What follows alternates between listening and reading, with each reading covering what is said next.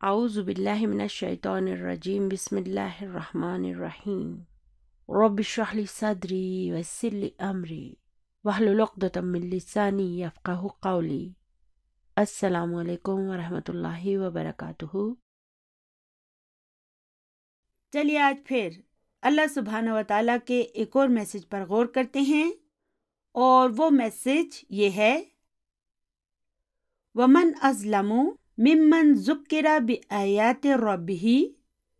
تو اب اس وا کے معنی کیا ہیں؟ عربی زبان میں وا کے معنی ہوتے ہیں اور من کے معنی ہوتے ہیں کون۔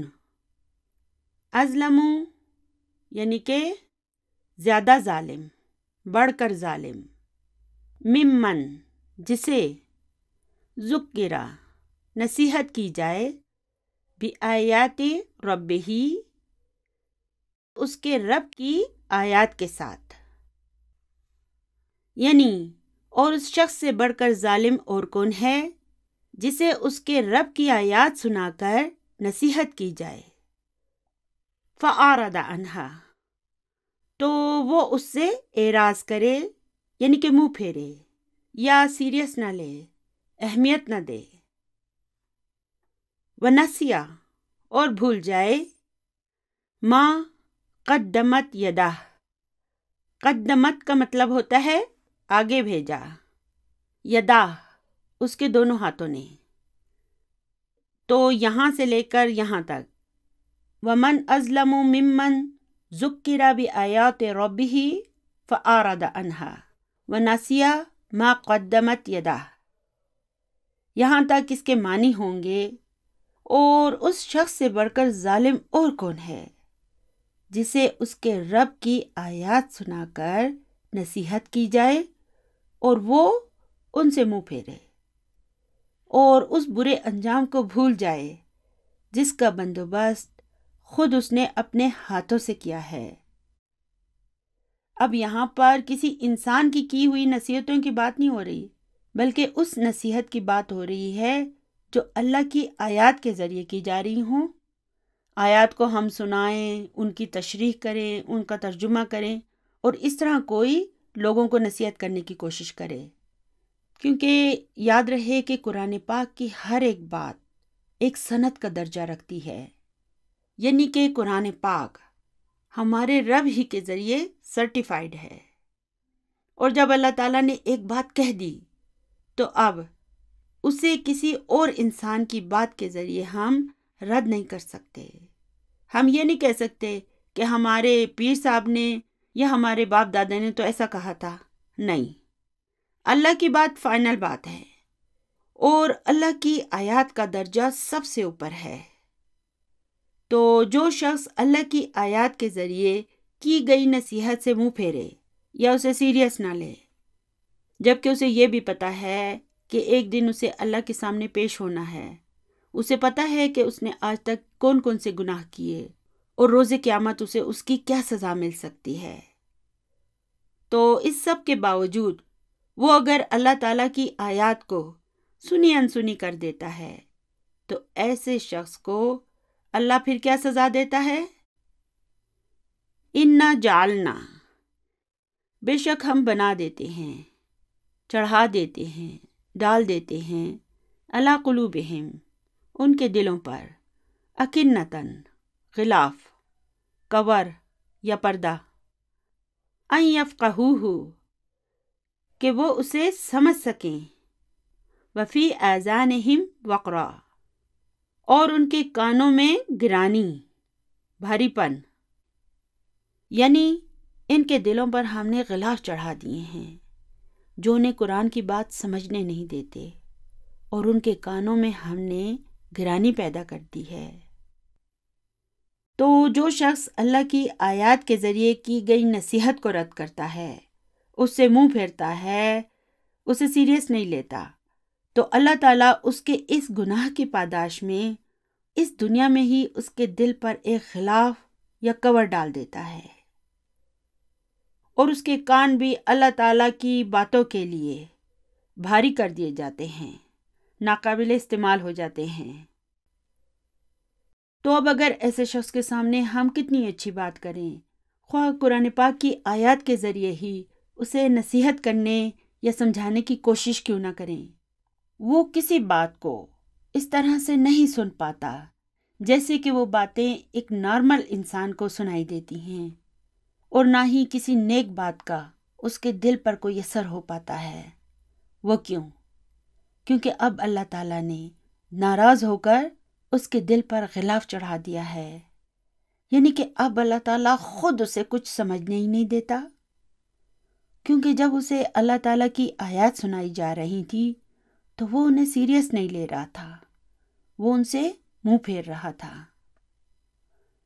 لیکن اس بات کا مشاہدہ آپ نے بھی کیا ہوگا کہ اگر ایک قرآن کلاس ہو رہی ہو جہاں پر قرآن پاک کی آیات اور اس کا ترجمہ اور تفسیر سنایا جا رہا ہو، تو وہاں پر موجود سب لوگوں کے دلوں پر ایک جیسا اثر نہیں ہوتا، بلکہ بعض لوگوں پر تو یہ رزلٹ ہوتا ہے کہ جیسے انہوں نے کچھ سنا ہی نہیں ہو، کوئی نیکی کی بات ان سے کی نہ گئی ہو۔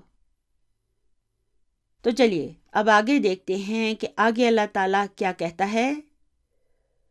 وَإِن، اور اگر، تَدْعُوهُمْ، تم پکارو انہیں، إِلَى الْهُدَى، ہدایت کی طرف، فَلَن يَهْتَدُوا إِذًا أَبَدًا، تو وہ کبھی بھی ہرگز ہدایت کی طرف نہیں آئیں گے۔ یعنی تم انہیں ہدایت کی طرف کتنا ہی بلاؤ، وہ اس حالت میں کبھی ہدایت نہ پائیں گے۔ تو اب اللہ تعالیٰ کا اس آیت میں ہمارے لیے کیا میسیج ہے؟ میسیج یہ ہے کہ ہمیں جب بھی کوئی اللہ تعالیٰ کی آیات کے ذریعے کوئی نصیحت کر رہا ہو تو ہمیں اسے نظر انداز نہیں کرنا چاہیے، اسے سیریس لینا چاہیے، کیونکہ یاد رہے کہ یہ اللہ کا کلام ہے، کسی انسان کا نہیں ہے، اور اس سے بڑھ کر کسی کی بات ہمارے لیے اولیت نہیں رکھتی۔ اگر ہم بار بار اللہ کی آیات کو جھٹلائیں گے تو اللہ بھی اس عظیم گناہ کے بدلے اس دنیا ہی میں ہمارے دلوں اور ہمارے کانوں کو ایسا بنا دے گا کہ پھر مرتے دم تک کوئی نصیحت یا اللہ کا کلام ہمارے دلوں پر اور ہمارے کانوں پر اثر نہیں چھوڑ سکے گا۔ تو وعدہ کریں کہ آج کے بعد جب بھی کوئی آپ کو اللہ کی آیات کے ذریعے نصیحت کرے تو آپ نے کیا کرنا ہوگا؟ آپ نے اسے سیریس لینا ہوگا، آپ نے اسے غیر اہم یا ہلکا نہیں سمجھنا ہوگا۔ آپ اس آیت کو جھٹلائیں گے نہیں، آپ یہ نہیں کہیں گے کہ ہمارے پیر نے یا ہمارے بزرگ نے یا کسی عالم نے تو ہمیں یہ بتایا تھا اور آپ کہہ رہے ہیں کہ قرآن پاک میں ایسا لکھا ہوا ہے۔ دیکھیں نا، اگر کسی مسئلے پر اللہ تعالیٰ کی واضح آیت موجود ہے اور آپ کو اس کا ترجمہ بھی سمجھ آ گیا ہے تو اب آپ نے خود سے اپنی منمانی نہیں کرنی یا اس کے اگینسٹ کسی دوسرے انسان کی بات پر عمل نہیں کرنا، بلکہ اللہ تعالیٰ کی آیت کو ہی سب سے افضل سمجھنا ہے۔